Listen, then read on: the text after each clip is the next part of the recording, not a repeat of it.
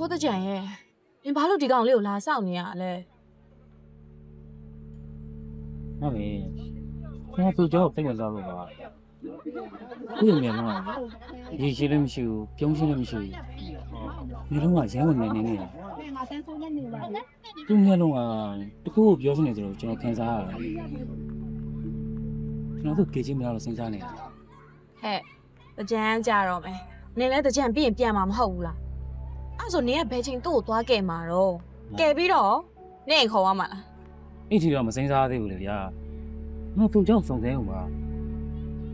ဒီတော့ငယ်ကောက်လေးတယောက်မှာစိုးရောတဲ့ຢာလေးပြင်နေလို့ဆိုတော့ကျွန်တော်ကလက်မခံနိုင်ဘူးကောက်လေးကနုပညာပါရမီလေးပါတယ်လေနင်းညရုပ်သေးကတော့ကြည်ပါလားငါမေမင်းလေးအတိုင်းပဲကြည်ကောက်ရတယ်ဗျာ နင်တော့ယူနေပါပြီဟဲ့ငါလည်းတေးတာတေးလိုက်ချင်တော့တယ်နင့်ကိုဒီကိုလွတ်တဲ့သူကငါကစိတ်တူတယ်သိလား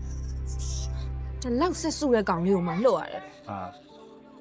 ဟာလည်းဗျာကျွန်တော်ဆိုရင်ရှင်ပါအမတော့သူ့ကိုကြီးတိတ်ခဲ့ရပါမလား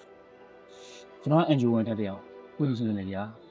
တားမင်းကလည်းလောက်တော့နော်ခုတော့တတိထားသူ့ပထွေးနဲ့သူ့အမြန်ဒီရွာရဲ့အော်ကျော်လန်နေ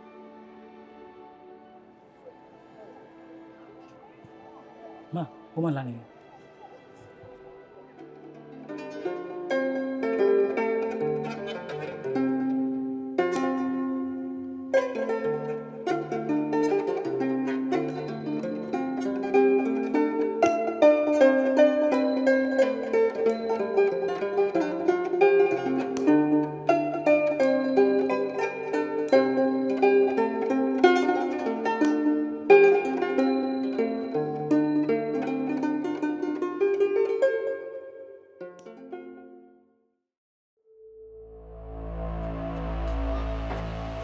好，我没有嘞。ကိုတကြံ